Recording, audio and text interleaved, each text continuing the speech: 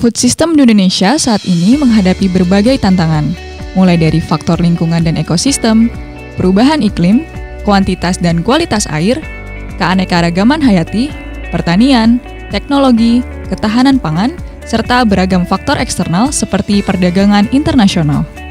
United Nations Environment Program atau UNEP melalui program The Economics of Ecosystem Biodiversity, Promoting Biodiversity and Sustainability in the Agriculture and Food Sector through Economic Valuation, bertujuan melindungi keanekaragaman hayati serta aktif berkontribusi pada sektor pertanian dan pangan yang berkesinambungan di negara mitra seperti Brazil, China, India, Indonesia, Malaysia, Meksiko, dan Thailand. UNEP telah mengembangkan kerangka evaluasi yang mengakomodir pendekatan komprehensif dan universal, mencakup seluruh dampak pada rantai nilai pertanian. Sebagai tindak lanjut dari lokakarya awal TIP AgriFood Indonesia pada bulan Juli 2019 terkait eksplorasi serta diskusi peluang kebijakan peningkatan hasil keanekaragaman hayati dan mata pencaharian di sektor pertanian dan pangan Indonesia, program ini akan fokus pada pengembangan alternatif sistem pertanian yang monokultur seperti agroforestry, khususnya kakao. Inisiatif TIP AgriFood Indonesia yang merupakan kerjasama UNEP, Bappenas, dan Fakultas Ekonomi dan Manajemen IPB University mengaplikasikan pendekatan sistem pangan yang komprehensif dan tidak hanya berpusat pada aspek produksi, tetapi dari hulu ke hilir hingga meliputi aspek lingkungan, perdagangan, hingga kesejahteraan petani kakao. Peningkatan produksi kakao juga menjadi sumber diversifikasi pendapatan. Selanjutnya, kepastian dan peningkatan membuat petani memiliki lebih banyak kesempatan untuk mendapatkan akses terhadap pangan yang sehat dan bergizi. Kerangka TIP AgriFood akan fokus pada sistem agroforestry kakao yang terkait dengan aspek modal alam, modal manufaktur, modal sumber daya manusia, dan modal sosial, serta aspek terkait lainnya seperti rantai nilai dalam pertanian kakao, serta faktor eksternal. TIP AgriFood Indonesia memiliki beberapa tujuan. Yang pertama, memberikan solusi kebijakan, kelembagaan, dan tata kelola dengan pendekatan sistem pangan, mempromosikan koherensi pada seluruh domain kebijakan. Kedua, mendukung spatial planning dalam produksi pertanian untuk memaksimalkan jasa ekosistem. Ketiga, mengevaluasi secara ekonomi produksi agroforestry untuk mengurangi tekanan terhadap lingkungan dan mendukung peningkatan tutupan pohon di daerah terdegradasi. Keempat, memperoleh skenario intervensi kebijakan rantai nilai kakao, termasuk kebijakan untuk memfasilitasi sistem agroforestry kakao termasuk mengidentifikasi praktik pertanian yang baik, untuk meningkatkan mata pencaharian dan mengurangi resiko dampak lingkungan, serta potensi penerapan proses nilai tambah di pertanian seperti prapemrosesan, ekolabel, dan sertifikasi. Kakao merupakan tanaman perkebunan yang penting bagi perekonomian Indonesia.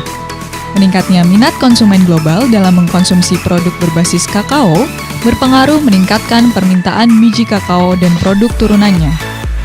Perkembangan teknologi pengolahan dan diversifikasi penggunaan produk olahannya juga mendorong kakao menjadi produk yang lebih berkualitas dan sumber devisa utama bagi Indonesia. Pangsa produksi Indonesia terus mengalami penurunan bahkan tidak termasuk 3 negara terbesar penghasil kakao seperti pada tahun-tahun sebelumnya. Pada tahun 2007, pangsa produksi Indonesia sebesar 15,68%. Pada tahun 2014, menurun menjadi 10,13%. Dan pada tahun 2000, menurut data ICCO menunjukkan produksi kakao Indonesia yang lebih rendah dari sebelumnya, yaitu sekitar 4% atau sekitar 200.000 ton. Kementerian Pertanian merilis data yang menunjukkan bahwa produksi kakao Indonesia pada tahun 2020 masih cukup tinggi, yaitu sekitar 700.000 ton. Tingginya data produksi ini tentunya akan berpengaruh pada berbagai kebijakan terkait pengembangan komoditas kakao Indonesia. Di Indonesia terdapat 3 jenis perkebunan kakao yang berbeda, yaitu yang dikelola oleh negara, swasta, dan perkebunan rakyat. Di Indonesia saat ini terdapat sekitar 1,5 juta hektar perkebunan kakao, dengan lebih dari 90% produksinya dihasilkan oleh perkebunan rakyat dengan pusat produksi tersebar di berbagai wilayah Indonesia, seperti di Pulau Sulawesi sebagai penghasil kakao utama, Jawa Timur di Pulau Jawa, Bali, Nusa Tenggara, Papua, dan juga beberapa provinsi di wilayah Sumatera. Produktivitas rata-rata kakao Indonesia sebesar 0,7 ton per hektar relatif rendah dibandingkan dengan produktivitas optimal. Indonesia mengekspor kakao ke pasar global dalam berbagai bentuk mulai dari biji kakao hingga produk turunan olahannya. Dalam konteks sistem agroforestry kakao, sistem budidaya tanaman kakao, dan tanaman kehutanan dengan tujuan untuk memperoleh manfaat atau hasil yang beragam untuk menghasilkan output yang optimal. Optimalisasi ini erat kaitannya dengan alokasi pemanfaatan ruang untuk berbagai komoditas, terutama kakao dan pohon lainnya yang dapat memberikan manfaat ekonomi, ekologi, dan sosial yang optimal. Penerapan sistem agroforestry kakao berpotensi meningkatkan agrobiodiversity untuk produk kakao yang lebih berkelanjutan. Namun, karena sistem agroforestry erat kaitannya dengan peruntukan penggunaan ruang, maka sangat penting untuk mempertimbangkan dan memperhatikan faktor-faktor lain dari aspek sosial ekonomi masyarakat sekitar. Sehingga penerapan sistem ini terdapat kendala karena beberapa faktor yang mungkin terjadi, seperti 1. Petani enggan mengadopsi sistem agroforestry kakao karena akses sinar matahari yang penuh terhadap tanaman kakao akan memberikan hasil panen yang lebih tinggi. 2. Petani percaya bahwa kondisi lembab dalam kebun agroforestry dapat memicu resiko penyakit jamur, walaupun sebenarnya hal ini bisa dicegah dengan teknik pemangkasan yang tepat. 3. Petani belum memahami adanya manfaat jasa ekosistem dari agroforestry kakao.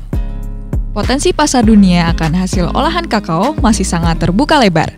Tingginya permintaan terhadap produk makanan dan minuman berbahan baku coklat mendorong terus tumbuhnya permintaan biji kakao.